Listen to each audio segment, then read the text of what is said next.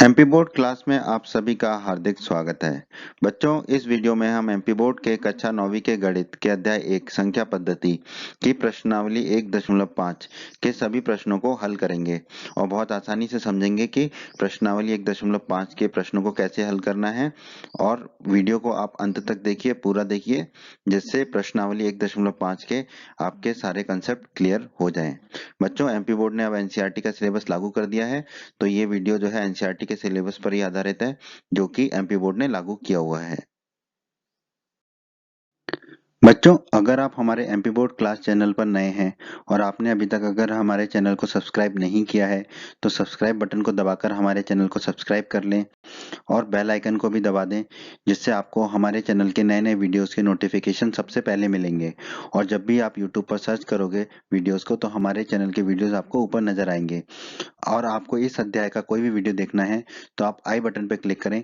आई button पर click करने से आपको इस अध्याय के सभी वीडियोस के लिंक मिल जाएंगे।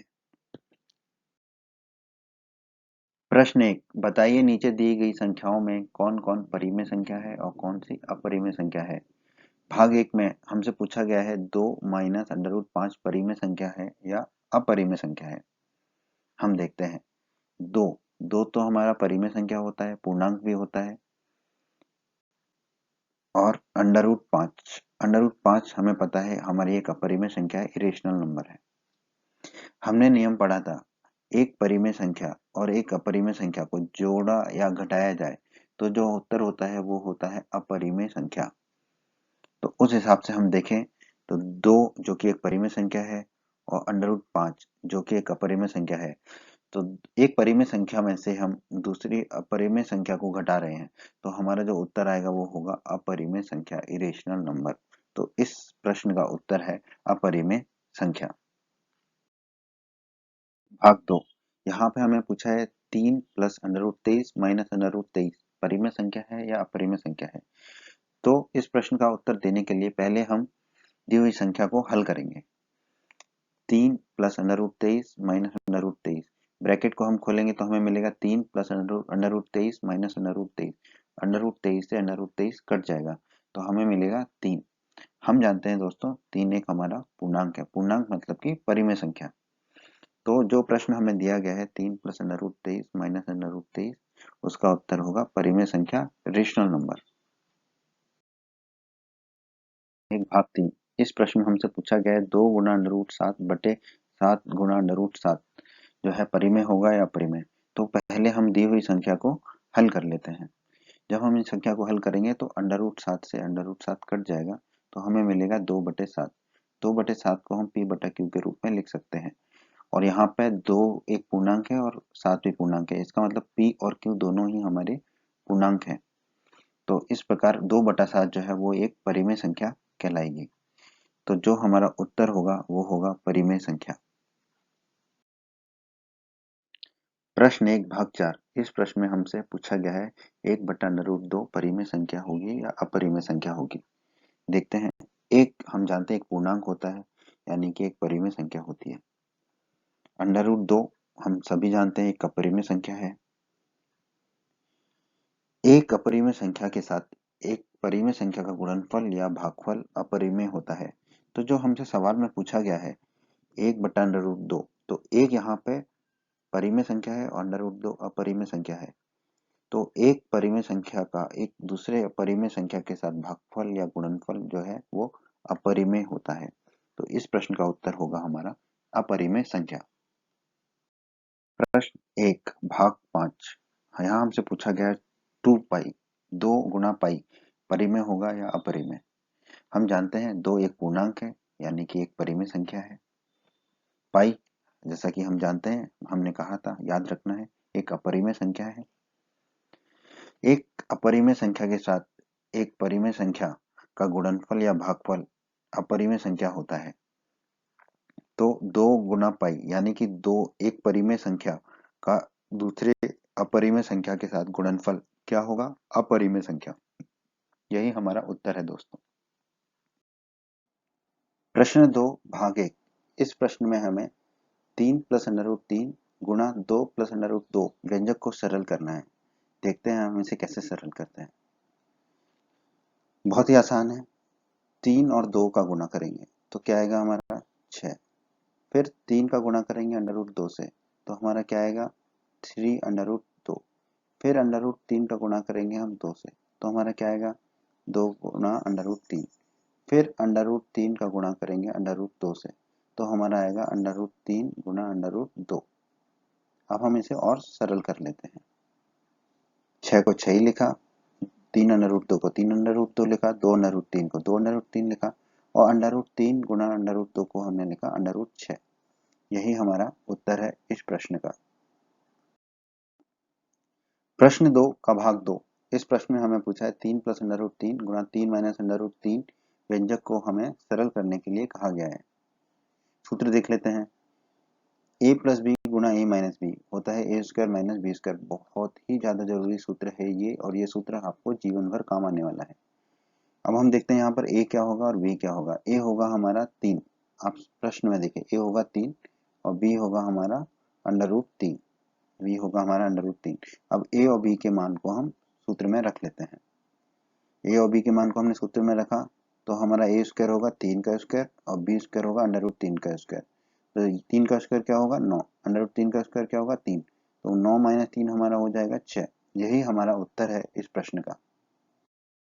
प्रश्न 2 भाग 3। इस प्रश्न में हमें पूछा है under root 5 plus under root 2 का होल स्क्वायर। इस व्यंजक को हमें सरल करना है। सूत्र देखते हैं। सूत्र हमारा क्या कहता है a प्लस बी का होल स्क्वायर। ये क्या होगा a square plus B square plus 2ab। अब हम यहाँ देखते हैं a हमारा क्या होगा अंडर रूट 5, ये होगा अंडर रूट 5। बी हमारा क्या होगा अंडर रूट 2, बी होगा हमारा अंडर रूट 2। अब a और b की मान हम सूत्र में रखेंगे। a को रखा अंडर रूट 5 तो अंडर रूट 5 का square, b under root 2 plus under root 2 का स्क्वायर प्लस 2ab, a की जगह अंडर रूट 5, b की जगह अंडर रूट 2। अब इसे हम और सरल करते हैं। अंडर रूट 5 का स्क्वायर हमारा क्या होगा 5, अंडर रूट 2 का स्क्वायर हमारा क्या होगा 2 और 2 अंडर रूट 5 अंडर रूट 2, ये क्या होगा 2 अंडर रूट 10। इसे हम और हल करते हैं। 5 और 2 क्या होंगे हमारे 7 और 2 अंडर रूट 10 ऐसे ही रहेगा। यही हमारा उत्तर है दोस्तों। प्रश्न 2 भाग 4। इस प्रश्न में हमें पूछा under root 5 minus under root 2 गुना under root 5 plus under root 2। इस व्यंजक को सरल कीजिए। सूत्र देख लेते हैं। सूत्र हमारा है a माइनस बी गुना a प्लस बी। ये होगा हमारा a square minus B square. पहले भी मैंने बताया था बहुत ही ज्यादा जरूरी सूत्र है और ये सूत्र आपको जीवन भर काम आने वाला है। अब देखते हैं a का मान क्या होगा अंडर रूट 5, a होगा अंडर रूट 5, b क्या होगा हमारा अंडर रूट 2, b होगा हमारा अंडर रूट 2। अब हम a और b के मानों को सूत्र में रख देते हैं तो हमारा हो जाएगा अंडर रूट 5 का स्क्वायर माइनस अंडर रूट 2 का स्क्वायर। अंडर रूट 5 का स्क्वायर होगा 5, अंडर रूट 2 का स्क्वायर होगा 2, 5 में से 2 गए तो बचेगा हमारा 3। यही हमारा उत्तर होगा इस प्रश्न का। बच्चों, अगर आप हमारे एमपी बोर्ड क्लास चैनल पर नए हैं और आपने अभी तक अगर हमारे चैनल को सब्सक्राइब नहीं किया है तो सब्सक्राइब बटन को दबाकर हमारे चैनल को सब्सक्राइब कर लें और बेल आइकन को भी दबा दें, जिससे आपको हमारे चैनल के नए नए वीडियोस के नोटिफिकेशन सबसे पहले मिलेंगे। और जब भी आप यूट्यूब पर सर्च करोगे वीडियोस को तो हमारे चैनल के वीडियोस आपको ऊपर नजर आएंगे। और आपको इस अध्याय का कोई भी वीडियो देखना है तो आप आई बटन पर क्लिक करें। आई बटन पर क्लिक करने से आपको इस अध्याय के सभी वीडियोस के लिंक मिल जाएंगे। प्रश्न 3। आपको याद होगा कि पाई एक वृत्त की परिधि मान लीजिए सी और उसके व्यास मान लीजिए डी के अनुपात से परिभाषित किया जाता है। अर्थात पी का मान होता है सी बटे डी, मतलब कि परिधि बटे व्यास। ये बहुत ही जरूरी है, आप इसको हमेशा के लिए याद कर लीजिए। यही पाई का असली मान है। पाई का असली मान 22/7 नहीं है। इस तथ्य का अंतर्विरोध करता हुआ प्रतीत होता है कि पाई अपरिमेय है। और पाई मैंने बताया था आपको, हमेशा याद रखिए पाई एक अपरिमेय संख्या है। इस अंतर्विरोध का निराकरण आप किस प्रकार करेंगे, देखते हैं हम इसका हल। इसका कोई अंतर्विरोध नहीं है, ये तो हो गया हमारा उत्तर। पर कैसे कोई अंतर्विरोध नहीं है इसे हम देखते हैं। स्मरण रहे कि जब भी कभी भी एक स्केल से या किसी अन्य युक्ति से लंबाई मापते हैं तो आपको केवल एक सन्निकट परिमेय मान प्राप्त होता है। अतः हम यह अनुभव नहीं कर पाते कि परिधि या व्यास परिमेय होगा या अपरिमेय होगा। वो परिमेय भी हो सकता है और अपरिमेय भी हो सकता है। जरूरी नहीं है कि वो हमेशा परिमेय ही हो। तो परिमेय भी हो सकता है और अपरिमेय भी हो सकता है। और हम जानते हैं कि एक अपरिमेय संख्या के साथ एक परिमेय संख्या का गुणनफल या भागफल हमेशा एक अपरिमेय संख्या होता है। और यहाँ पे हम देखेंगे पाई क्या है हमारा, परिधि बटे व्यास। तो परिधि और व्यास में से कोई भी एक अगर अपरिमेय हुआ तो पाई हमारा क्या होगा, अपरिमेय। और दोस्तों हमेशा के लिए याद रख लीजिए, पाई जो है एक अपरिमेय संख्या है। इसे बस अपनी सुविधा के लिए हम 22/7 लिख लेते हैं, लेकिन पाई एक अपरिमेय संख्या है।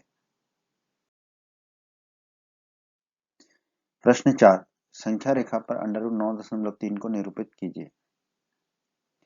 हम यह दिखाएंगे कि किस प्रकार √x, जहां पर कि x एक दी हुई धनात्मक वास्तविक संख्या है, को ज्यामितीय रूप से ज्ञात कर सकते हैं। चित्रीय और ज्यामितीय विधि। एक बिंदु B लेते हैं जिसमें AB बराबर x हो। संख्या रेखा पर हमने एक बिंदु B लिया जहां से A और B के बीच की दूरी है x। एक ऐसा बिंदु C लीजिए जिसमें BC बराबर 1 हो। BC बराबर 1 हो गया। अब AC को व्यास मानते हैं, AC को व्यास मानते हैं, तो व्यास के मध्य का बिंदु हमारा कहलाएगा केंद्र, जिसे हमने माना O। O से लेके A तक जो भी होगा वो कहलाएगी हमारी त्रिज्या। तो OA को त्रिज्या मानकर हम एक चाप खींचेंगे प्रकार से, जो कि C तक जाएगा, एक अर्धवृत्त खींचेंगे। फिर हम B से लंबवत एक रेखा खींचेंगे जो अर्धवृत्त को जहां पर काटेगी उसे हम कहेंगे D। आकृति में OBD एक समकोण त्रिभुज है क्योंकि B से हमने लंबवत रेखा खींची थी। AC बराबर हमारा होगा AB प्लस BC। AC बराबर होगा हमारा AB प्लस BC। ठीक है, AB क्या है x, BC क्या है 1। तो AC क्या हो जाएगा हमारा x प्लस 1। AC को हम AO और OC भी लिख सकते हैं। AC को हमने लिखा AO धन OC, ये भी किसके बराबर होगा, x धन 1 के बराबर। वृत्त की त्रिज्या, वृत्त की त्रिज्या क्या होगी हमारी, वृत्त की त्रिज्या होगी हमारी AO या OC। यह हमारे किसके बराबर होगी, वृत्त के व्यास बटा 2। वृत्त का व्यास हमारा कितना है AC। AC का मान हमने कितना निकाला था, x धन 1। तो वृत्त की त्रिज्या हो जाएगी x धन 1 बटा 2। वृत्त की त्रिज्या हो जाएगी हमारी x प्लस 1 बटा 2। तो ये हो जाएगी हमारी वृत्त की त्रिज्या। अब हम देखते हैं AO बराबर OC बराबर OD बराबर x धन 1 बटा 2। अब आप कहेंगे कि OD का मान x धन 1 बटा 2 कैसे आया, क्योंकि OD भी आपके अर्धवृत्त की त्रिज्या ही तो है, क्योंकि D बिंदु जो है वो अर्धवृत्त पर आता है। तो OD, AO, OC सब बराबर होंगे। अब हम देखते हैं AO प्लस OB बराबर AB। AO प्लस OB बराबर AB। यहाँ से हम देखेंगे OB का मान कितना आएगा, OB का मान आएगा AB माइनस AO। AB हमारा कितना था x, AO का मान हमने ऊपर निकाला x धन 1 बटा 2, यहाँ पर हम रख देंगे। इसे हम हल करेंगे तो हमें मिलेगा x माइनस 1 बटा 2। तो OB का मान आया हमारा x माइनस 1 बटा 2। तो हमने ज्ञात किया OD बराबर है हमारा x प्लस 1 बटा 2 और OB है हमारा x माइनस 1 बटा 2। अब हम समकोण त्रिभुज OBD पर पाइथागोरस प्रमेय लागू करेंगे। तो OB square plus BD square बराबर क्या होगा हमारा OD स्क्वायर। तो BD स्क्वायर क्या होगा हमारा OD square minus OB square. BD square हमारा क्या होगा, OD स्क्वायर की वैल्यू हम मान हम रखेंगे x प्लस 1 बटा 2 और OB का मान रखेंगे x माइनस 1 बटा 2। तो BD स्क्वायर हमारा क्या हो जाएगा, x प्लस 1 का होल स्क्वायर क्या होगा, x स्क्वायर प्लस 1 का स्क्वायर प्लस 2x बटा 4। x माइनस 1 बटे 2 का होल स्क्वायर क्या होगा, x square plus 1 square minus 2x बटा 4। 4 कॉमन है नीचे, 4 ले लेंगे तो क्या बचेगा ऊपर, x square plus 1 plus 2x minus x square minus 1 plus 2x। तो होगा हमारा 4x बटा 4। 4 से 4 कट जाएगा, बचेगा x। तो BD क्या हो जाएगा हमारा फिर अंडर रूट x। तो BD हो जाएगा हमारा अंडर रूट x। यही हमें सिद्ध करना था कि BD होगा हमारा अंडर रूट x। अब हम देखते हैं हम अपने प्रश्न को चित्रीय और ज्योमेट्री विधि से कैसे हल करेंगे। भाग एक ऐसा बिंदु B लेंगे जिसमें कि AB बराबर x हो। तो हमने AB बराबर x लिया। फिर एक बिंदु C लेंगे जिसमें BC बराबर 1 हो, ऐसा कर लिया हमने। अब ए और सी के बीच में एक बिंदु लेंगे O, जिसमें O और A को त्रिज्या मानकर एक हम अर्धवृत्त खींचेंगे जो कि A से C तक जाएगा। फिर हम B से लंबवत एक रेखा खींचेंगे जो अर्धवृत्त पर काटेगा, जहां भी काटेगा उसे हम कहेंगे D। तो ये जो BD होगा ये हमारा कहलाएगा √x, जो कि अभी हमने सिद्ध किया था। अब हम भाग 2 देखते हैं। BD को त्रिज्या मानकर, B और D को त्रिज्या मानकर हम एक चाप खींचेंगे जो कि संख्या रेखा पर E पर काटेगा। तो B और E जो हो जाएगा वो हमारा क्या हो जाएगा, √x। इस तरह हम किसी भी धनात्मक संख्या के वर्गमूल को संख्या रेखा पर निरूपित कर पाएंगे। तो हमारे प्रश्न में x हमें कितना दिया गया था, 9.3। तो हम x की जगह अपने हल में 9.3 रखेंगे और इसी विधि से √9.3 को संख्या रेखा पर निरूपित करके दिखा पाएंगे। प्रश्न 5 भाग 1, निम्नलिखित के हरों का परिमेकरण कीजिए। तो हमें जो सवाल दिया गया है उसमें हर जो है उसका परिमेयकरण करना है, मतलब उसको परिमेय संख्या के रूप में लिखना है। यहाँ पर हमें सवाल में दिया गया है 1/√7। इसका मतलब हमें √7 को परिमेय संख्या के रूप में लिखना है। अब हम देखते हैं इसे हम कैसे हल करेंगे। हम जानते हैं √7 को √7 से गुणा करेंगे तो हमें 7 मिलता है, जो कि एक परिमेय संख्या है। हम यह भी जानते हैं कि 1/√7 को अगर हम √7/√7 से गुणा कर दें तो हमें एक तुल्य व्यंजक ही प्राप्त होगा, मतलब कि 1/√7 ही प्राप्त होगा, क्योंकि √7/√7 क्या होगा, 1 होगा। 1 को किसी भी चीज से गुणा करें तो वही संख्या हमें दोबारा प्राप्त होती है।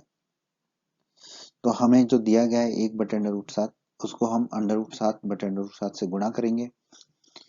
√7 और √7 क्या हो जाएगा, 7। तो हमें मिलेगा √7/7। तो यही हमारे हर का परिमेयकरण होगा हमारे इस प्रश्न का, यही हमारा उत्तर है। प्रश्न संख्या 5 भाग 2, निम्नलिखित हरों का परिमेयकरण कीजिए। यहाँ पे हमें संख्या दी है 1/√7 माइनस √6। दोस्तों हम जानते हैं 1/√a माइनस √b के हर का परिमेयकरण ज्ञात करने के लिए हम इसे √a प्लस √b बटा √a प्लस √b से गुणा करते हैं। हम जानते हैं कि इसका मान होगा हमारा 1। तो 1 से हम किसी भी संख्या को गुणा करें तो हमें वही संख्या प्राप्त होती है। a और b यहाँ पर पूर्णांक होंगे, तो यहाँ पर a हमारा क्या हो जाएगा 7 और b हमारा क्या हो जाएगा यहाँ पर 6। एक और सूत्र हम देखते हैं, ब्रैकेट के अंदर x प्लस वाई गुणा x माइनस वाई, ये होता है हमारा x² माइनस y²। अब हम इसे हल करते हैं। 1/√7 माइनस √6, इसको हम गुणा करते हैं √7 प्लस √6 बटे √7 प्लस √6 से। तो ऊपर हमें मिलेगा √7 प्लस √6, पर नीचे हमें इस सूत्र के हिसाब से मिलेगा √7 का स्क्वायर माइनस √6 का स्क्वायर। फिर हम देखेंगे ऊपर तो हमारा वही रहेगा √7 प्लस √6, नीचे √7 का स्क्वायर हो जाएगा 7, √6 का स्क्वायर हो जाएगा 6। 7 माइनस 6 हो जाएगा हमारा 1, तो हमें मिलेगा √7 प्लस √6 बटा 1, तो जो कि होगा हमारा √7 प्लस √6। यही हमारा उत्तर कहलाएगा दोस्तों। प्रश्न 5 भाग 3, हर का परिमेयकरण कीजिए। यहाँ पर हमें संख्या दी है 1/√5 प्लस √2। तो दोस्तों जैसा कि हम जानते हैं 1/√a प्लस √b के हर का परिमेयकरण करने के लिए हम इसे √a माइनस √b बटा √a माइनस √b से गुणा करेंगे, क्योंकि ये कितना होगा 1। 1 से हम किसी भी संख्या का गुणा करेंगे तो हमें वही संख्या प्राप्त होती है। a और b यहाँ पर होंगे हमारे पूर्णांक, तो यहाँ पर a क्या हो जाएगा मेरा 5, b क्या हो जाएगा मेरा यहाँ पर 2। सूत्र x प्लस वाई गुणा x माइनस वाई, ये होगा हमारा x² माइनस y²। अब हम हल करते हैं। 1/√5 प्लस √2, इसको हम गुणा करेंगे √5 माइनस √2 बटे √5 माइनस √2। ऊपर हमारा रहेगा √5 माइनस √2, नीचे इस सूत्र के हिसाब से हमें मिलेगा √5 का स्क्वायर माइनस √2 का स्क्वायर। ऊपर तो हमारा वही रहेगा √5 माइनस √2, √5 का स्क्वायर हो जाएगा 5, √2 का स्क्वायर हो जाएगा 2। ऊपर हमारा वही रहेगा √5 माइनस √2, 5 माइनस 2 हमारा हो जाएगा 3। तो यही हमारा उत्तर होगा इस प्रश्न का। प्रश्न 5 भाग 4, हर का परिमेकरण कीजिए। यहाँ पे हमें संख्या दी है 1/√7 माइनस 2। तो जैसा कि हम जानते हैं 1/√a माइनस b के हर का परिमेकरण करने के लिए हम इसे √a प्लस b बटा √a प्लस b से गुणा करेंगे। a और b यहाँ पर पूर्णांक होंगे। तो इस प्रश्न के हिसाब से a हमारा होगा 7 और b हमारा होगा 2। सूत्र x प्लस वाई गुणा x माइनस वाई, ये होता है हमारा x² माइनस y²। अब हम इसे हल करते हैं। 1/√7 माइनस 2, इसको हम गुणा करेंगे √7 प्लस 2 बटे √7 प्लस 2 से। तो ऊपर हमें मिलेगा √7 प्लस 2, नीचे सूत्र के हिसाब से हमें मिलेगा √7 का स्क्वायर माइनस 2 का स्क्वायर। और हल करते हैं, √7 प्लस 2 ऊपर रहेगा ही, नीचे √7 का स्क्वायर हो जाएगा 7, 2 का स्क्वायर हो जाएगा 4। हल करते हैं, √7 प्लस 2 ऊपर रहेगा, 7 माइनस 4 होगा 3। यही हमारा उत्तर होगा दोस्तों। उम्मीद करते हैं बच्चों आपको एमपी बोर्ड क्लास का ये वीडियो पसंद आया होगा। बच्चों अगर आप हमारे चैनल पर नए हैं और आपने अभी तक चैनल को सब्सक्राइब नहीं किया है तो आप सब्सक्राइब बटन को दबाकर जल्दी से चैनल को सब्सक्राइब कर लीजिए और बेल आइकन को भी दबा दीजिए। बेल आइकन को दबाने से क्या होगा, हमारे चैनल पर जब भी कोई नया वीडियो आएगा तो उसका नोटिफिकेशन सबसे पहले आपको मिलेगा और यूट्यूब सर्च में भी आपको हमारे वीडियोज ऊपर नजर आएंगे। और आप हमारे वीडियोज को अपने सभी दोस्तों के साथ फेसबुक और व्हाट्सएप पर अवश्य शेयर कीजिए जिससे आपके दोस्तों का भी लाभ हो सके। वीडियो पसंद आया है तो वीडियो को लाइक जरूर कर दीजिएगा और इस अध्याय की बाकी अन्य वीडियोस देखने के लिए आप आई बटन पर क्लिक करें। आई बटन पर क्लिक करने से आपको इस अध्याय के बाकी सभी वीडियोस के लिंक प्राप्त हो जाएंगे। धन्यवाद बच्चों।